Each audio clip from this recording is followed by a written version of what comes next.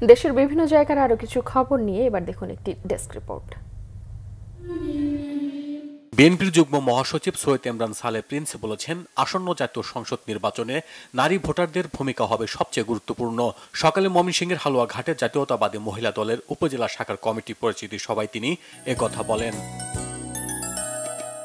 ত্রয়োদশ জাতীয় সংসদ নির্বাচনে বগুড়া ৬ সদর আসনে বিএনপির প্রার্থী দলীয় ভারপ্রাপ্ত চেয়ারম্যান তারেক রহমানের পক্ষে নির্বাচনী প্রচারণা শুরু করেছেন নেতাকর্মীরা। বিএনপির জাতীয় নির্বাহী কমিটির সদস্য ভিপি সাইফুল ইসলামের নেতৃত্বে বিলি করা হয় প্রচারপত্র।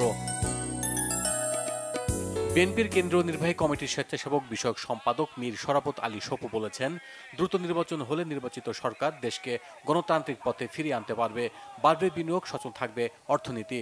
মুন্সিগঞ্জের শ্রীনগরে বিএনপির ৩১ দফা লিফলেট বিতরণের শেষে তিনি একথা বলেন। খাগড়াছড়িতে বিএনপির প্রার্থী অদূত ভূঁইয়ার সাথে খ্রিস্ট ধর্মাবলম্বীদের মতবিনিময় সভা হয়েছে।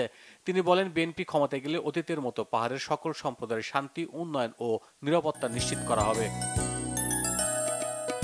সংসদ নির্বাচন উপলক্ষে ধানের শীষের প্রচারণায় মোটরসাইকেল শোভাযাত্রা হয়েছে আশুলিয়ায়। নন্দন পার্ক এলাকা থেকে শুরু হয়ে শোভাযাত্রাটি আমিনবাজারে গিয়ে শেষ হয়। উপস্থিত ছিলেন ঢাকা জেলা যুবদলের সাধারণ সম্পাদক আয়ুব খান। নানা আয়োজনে খুলনায় উদযাপিত হয়েছে খুলনা বিশ্ববিদ্যালয় দিবস। সকালে বিশ্ববিদ্যালয়ের মেইন গেট থেকে বর্ণাঢ্য শোভাযাত্রাটি দ্বিতীয় গেট ঘুরে অদম্য বাংলা চত্বরে গিয়ে শেষ হয়। এতে অংশ নেন বিশ্ববিদ্যালয়ের প্রথম উপাচার্য প্রফেসর ডক্টর মোহাম্মদ গোলাম রহমান এবং বর্তমান উপাচার্য প্রফেসর ডক্টর মোহাম্মদ রেজাউল করিম। আন্তর্জাতিক গীতা মহা উৎসব হয়েছে রাজশাহীতে। ঐতিহ্যবাহী গণকপাড়া ধর্মসভা মন্দির প্রাঙ্গণে উৎসবের উদ্বোধন করেন ভারতের সহকারী কমিশনার মনোজ কুমার। গ্রাম আদালত সম্পর্কে জনসচেতনতা বৃদ্ধির লক্ষ্যে কর্মশালা হয়েছে মানিকগঞ্জে। সকালে জেলা প্রশাসকের সম্মেলন কক্ষে এতে প্রধান অতিথি ছিলেন জেলা প্রশাসক নাজমুন আরা Sultana.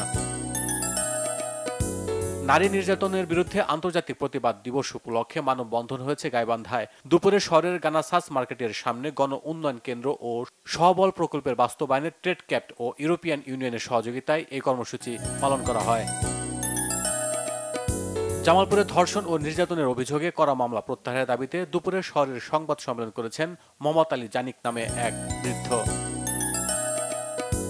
Youth champion of the environment ২০২৫ হয়েছে চট্টগ্রামে। সিটি কর্পোরেশনের সহযোগিতায় মহানগরীর পরিবেশ রক্ষায় সচেতনতা ছড়িয়ে দিতে এতে অংশ নেন ২০০ তরুণ। বক্তব্য রাখেন সিটি কর্পোরেশনের ভারপ্রাপ্ত প্রধান নির্বাহী কর্মকর্তা মোহাম্মদ আশরাফুল আমিন সহ অন্যরা।